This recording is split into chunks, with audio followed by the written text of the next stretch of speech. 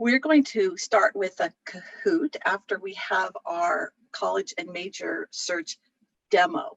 Now, while we're doing this demo and the Kahoot, I'm going to meet privately with students that would like to meet with me. So just raise your hand if you would like to meet, and Wendy will put you in a breakout room with me, and everyone else learns how to do the college and major search on the Kyros website.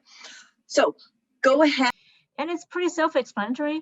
I just want to show you here, you can select, you can search for different colleges by applying different filters, such as what kind of SAT and ACT scores are accepted to that colleges, what is the mid-range, etc. What are the GPAs of students that get accepted to that college? Countries, we have colleges in Australia, all accredited undergraduate programs in Australia, Canada, United Kingdom, and United States. Okay, so it's not just the US. We have those 3 other countries now, we keep adding more. College type, 4-year, 2-year, private, public, campus in the city, suburb, town, or rural, and major ranking. What is your favorite major? We want to look at schools that ranks high in those majors, such as history, finance, English, engineering, etc.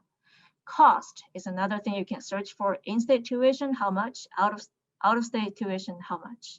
Okay. And then sports teams. If you want to be in a specific sport team, you're going to look for schools with that sport team. Men and women, basketball, rodeo, rolling. Awesome. It's totally okay to apply undecided to a school. Just make sure that you're able to illustrate passion, and that's a tricky line to tread because schools want to see that you're invested and interested in. Cool. So the red and the blue answers kind of are characteristic of maybe your more liberal arts school, while the green and yellow ones are more directed at those larger research. Way that you can get scholarships for college is through third-party scholarships. So various companies or organizations love helping college students fund their education. So there's little ones and there's big ones. They can range from just a $200 stipend to yearly tuition assistance, like up to $200,000. That's a lot. And the Kyros scholarship database also can help you find some of those if you're interested in applying.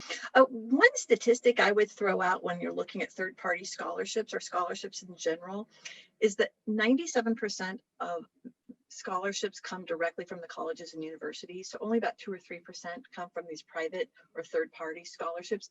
And I think that might help you in your scholarship search and where to spend your energy is in applying and looking at the money that's coming directly from the colleges. So I'm going to now talk about need-based scholarships.